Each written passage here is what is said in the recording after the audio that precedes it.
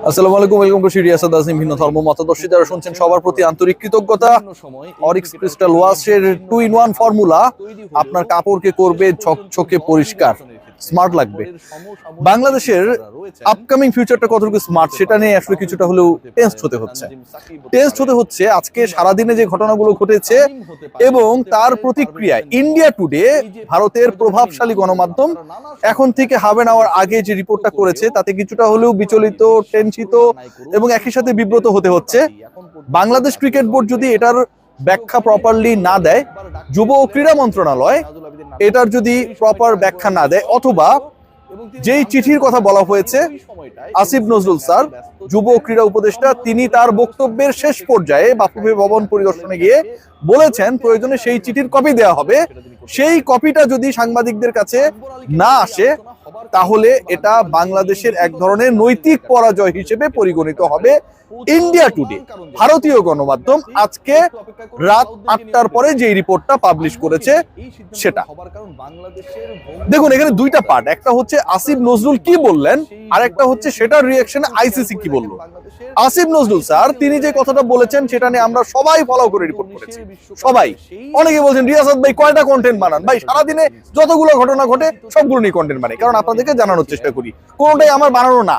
আগের কন্টেন্টে আমি এবং আমরা যে কথাটা বলেছিলাম, কি বলেছিলাম বাংলাদেশ যদি ইন্ডিয়া খেলতে যায় তাহলে সেখানটায় 3 ধরনের সিচুয়েশন তৈরি হতে পারে, এবং যেই 3 ধরনের সিচুয়েশন তৈরি হতে পারে, এই সিচুয়েশনটা যে বাংলাদেশ দলকে অনেক বেশি ঝামেলার মধ্যে ফেলবে, ঝুঁকির মধ্যে ফেলবে, সেটা স্বয়ং আইসিসির নিরাপত্তা দল, নিরাপত্তা কমিটি, বাংলাদেশ ক্রিকেট বোর্ড এবং বাংলাদেশ সরকারকে জানিয়েছে।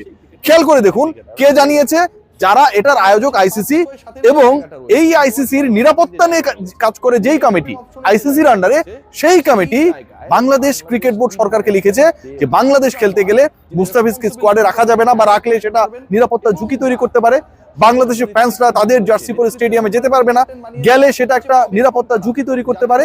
এবং একই সাথে ইলেকশনের আগ মুহূর্তে বাংলাদেশ দল যদি ভারতে ট্রাভেল করে, সেটাও ওই দলের উপরে, ফ্যানদের উপরে, সাংবাদিকদের উপরে একটা নিরাপত্তা ঝুঁকি তৈরি করতে পারে। That was not told by me, Riasat Azim. এই স্টেটমেন্টটা যুব ক্রীড়া উপদেষ্টা আসিফ নজরুল স্যার বলেছেন, এবং সেই স্টেটমেন্টের উপর ভিত্তি করে আমি এবং আমরা সবাই রিপোর্ট করেছি। যে স্টেটমেন্টটা দেওয়া হয়েছে এই স্টেটমেন্ট তো ভালো স্টেটমেন্ট। আইসিসির পক্ষ থেকে বাংলাদেশ যে নিরাপত্তার ব্যাপারে উদ্বেগ প্রকাশ করছিল, আইসিসিও সেটাতেই যেন গ্রিন সিগন্যাল দিয়ে দিল। তারাও উদ্বিগ্ন, তারাও 3টা পয়েন্টের কথা এখানটায় নিয়ে আসছে। কিন্তু যেই আইসিসির নিরাপত্তা কমিটিকে মেনশন করে আসিফ নজরুল স্যার বললেন যে এরকম একটা ফরমাল লেটার বাংলাদেশ সরকার পেয়েছে, সেই আইসিসি ভারতীয় প্রভাবশালী গণমাধ্যম ইন্ডিয়া টুডের কাছে বলছে বাংলাদেশের দাবি করা, বাংলাদেশের স্পোর্টস অ্যাডভাইজার যে দাবিটা করেছেন সেই দাবিটা টোটালি ভিত্তিহীন। ইন্ডিয়া টুডে তার রিপোর্টে কি বলছে? তার রিপোর্টে বলছে the ICC has claimed that the security team has not written any letter to the Bangladesh Cricket Board. ICC claim করছে যে তার security team has not written any letter to Bangladesh cricket board. Bangladesh cricket বোর্ডের কাছে তারা কোনো ধরনের চিঠি লিখে নাই। তারপরে বলছে validating their safety concerns about traveling to India for the টি-20 ওয়ার্ল্ড কাপ 2026। বাংলাদেশের যে সেফটি কনসার্ন সেটাকে ভ্যালিডেটেড করে কোন ধরনের চিঠি আইসিসির নিরাপত্তা দল, বাংলাদেশ ক্রিকেট বোর্ড এবং গভর্নমেন্টের কাছে লিখে নেয়। আসিফ নজরুল বলেছেন লিখেছেন, আসিফ নজরুল বলেছেন এই চিঠির কপি আমাদেরকে দেওয়া হবে প্রয়োজনে। আইসিসি বলছে ইন্ডিয়া টুডের কাছে, তারাও একটা মিডিয়ার কাছে বলছে, আসিফ নজরুল স্যারও মিডিয়ার কাছে বলেছে যে এই দাবিটা অসত্য, এরকম কোন ধরনের নিরাপত্তা দল, আইসিসি নিরাপত্তা দল চিঠি লিখে নাই। এরপরে যে ঘটনাটা বলা হচ্ছে, Asif Nazrul the Bangladesh government's sports adviser told reporters on Monday, January 12, that the ICC had validated their concerns and said that the Bangladesh fans will face a security threat in India. বাংলাদেশের ফ্যান্সরা ইন্ডিয়ায় গেলে সিকিউরিটি থ্রেটে পড়বে। আসিফ নজরুল স্যার যেই কথাটা বলছেন সেটাকেও ICC ভারতীয় গণমাধ্যমে দেয়া তাদের কোর্ট সাক্ষাৎকার, তাদের সূত্র থেকে দেয়া তথ্যের ভিত্তিতে বলে দিচ্ছে এই তথ্যটাও সত্য না, এরকম কোনো ঘটনা ঘটে নাই, উড়িয়ে দিচ্ছেন। এখন আলোচনার বিষয় এখানটায় সত্যিটা কে বলছে? আমরা যারা গণমাধ্যমে কাজ করি, আমাদের জানার জায়গা, আমাদের জানানোর জায়গা হচ্ছে সত্যকে। নিরাপত্তা হুমকি রয়েছে বাংলাদেশকে নিয়ে।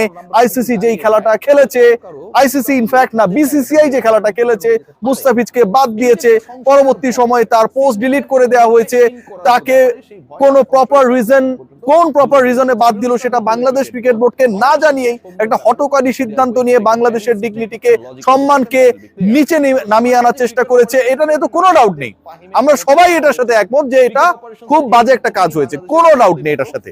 এবং এ কারণে বাংলাদেশ দল একজন ক্রিকেটারের নিরাপত্তা, একজন ক্রিকেটারের ডিগনিটি, একজন ক্রিকেটারকে সেফ রাখার ক্ষেত্রে যেই ক্রিকেট বোর্ড ব্যর্থ হয়, ভারতীয় ক্রিকেট বোর্ড, তারা আমার পুরো দলকে কিভাবে নিরাপত্তা দেবে, ফ্যান্সদের কিভাবে নিরাপত্তা দেবে, জার্নালিস্টদের কিভাবে নিরাপত্তা দিবে, সেই কনসার্নটা বাংলাদেশ ক্রিকেট বোর্ড দেখিয়েছে, সেটাও খুব ভ্যালিড। কিন্তু এরপরে যখন বলা হচ্ছে যে একই কনসার্ন আইসিসিও পোষণ করে, সেটাকে বলছে বাংলাদেশের স্পোর্টসের সর্বোচ্চ অভিভাবক আসিফ নজরুল স্যার সেই কথাটা বলছে, এবং তিনটা পার্টিকুলার পয়েন্ট নিয়ে বলছে।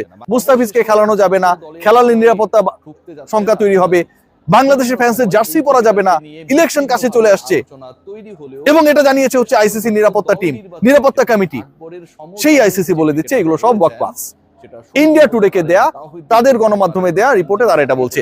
বাংলাদেশ ক্রিকেট বোর্ড ইন্টারেস্টিংলি কিছুক্ষণ আগে পাঠানো হোয়াটসঅ্যাপ টেক্সটে আমাদের মিডিয়া গ্রুপে যেটা জানিয়েছে যে স্পোর্টস অ্যাডভাইজার যেই ব্যাপারটা বলেছে, এটা কোনো আইসিসির সাথে বাংলাদেশে ফরমাল কমিউনিকেশন ছিল না।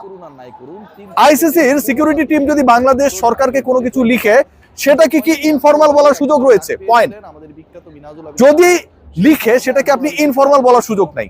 আর আপনি যদি বলেন যে এটা কোনো ফর্মাল কমিউনিকেশন না, তার মানে এটা কি মেনে নেওয়া যে আইসিসি নিরাপত্তা দল কোনো ধরনের ফর্মাল কোনো লেটার বাংলাদেশ সরকারকে দেয় নাই, যেমনটা আইসিসি দাবি করছে ভারতীয় গণমাধ্যম ইন্ডিয়া টুডের কাছে। আজাদ মজুমদার, আমাদের প্রিয় বড় ভাই, তিনি তার ফেসবুক স্ট্যাটাসে বলেছেন যে এখন পর্যন্ত যেই কমিউনিকেশনটা হয়েছে বিটুইন আইসিসি এন্ড বিসিবি, সেখানটায়ও বাংলাদেশ ক্রিকেট বোর্ড যেই ওয়েতে কথা বলেছে, সেই কথাটাই তিনি বলার চেষ্টা করেছেন যে এটা কোনো ফর্মাল কমিউনিকেশন না। এখন পর্যন্ত we are waiting the result from the ICC, the decision taken by the ICC. তাহলে ব্যাপারটা দাঁড়াচ্ছে কি? এটা একটা ভয়ঙ্কর পর্যায়ে চলে যাচ্ছে। মানে বাংলাদেশের সর্বোচ্চ অথরিটিতে স্পোর্টসের দেখভালের দায়িত্বে, এবং যিনি প্রথম সরকারের পক্ষ থেকে প্রকাশ্যে ঘোষণা করেছিলেন যে বাংলাদেশ ক্রিকেট দল ভারতে খেলতে যাবে না, ভারতের মাটিতে কোনো খেলা হবে না, আজও তিনি বলেছেন জ্বলে পুড়ে মরে ছারখার তবু মাথা নোয়াবার নয়। অনেকটা সেই রঙেই বলেছেন যে আমরা মাথা নত করব না। কিন্তু তিনি যেই দাবি করে এই কথাগুলো বলছেন যে আইসিসি আমাদের জানাচ্ছে যে এই ঘটনাগুলো ঘটতে পারে ভারতে গেলে, সেই আইসিসি বলছে এরকম কোনো কিছু আমরা বাংলাদেশ সরকারকে জানাইনি। তাহলে বাংলাদেশ সরকারের পক্ষ থেকে যিনি এই বক্তব্যটা দিলেন, তিনি কি ভুল বললেন? তিনি কি মিথ্যা বললেন? নাকি তাকে কেউ ভুলভাবে এই ব্যাখ্যাটা দিয়েছে? এটা কিন্তু অনেক বড় ডিগনিটির জায়গা। মুস্তাফিজকে না খেলানোটা যেমন আমাদের ডিগনিটিকে আঘাত করে, বাংলাদেশ সরকারের পক্ষ থেকে যদি এরকম একটা বক্তব্য আসে এবং সেটাকে যদি আইসিসি চ্যালেঞ্জ করে, সেটাও কিন্তু আমাদের ডিগনিটিকে আঘাত করে। Now it's time to prove who is the proper person, proper body saying the truth. কে সেটা? ক্রীড়া মন্ত্রণালয়, আসিফ নজরুল, নাকি ভারতীয় গণমাধ্যমে কোর্ট দেয়া, সাক্ষাৎকার দেয়া, তথ্য পাচার করা ICC? Let's see what happen. But যা হচ্ছে কোনোভাবেই মঙ্গলজনক না, চরম বিব্রতকর। Take care.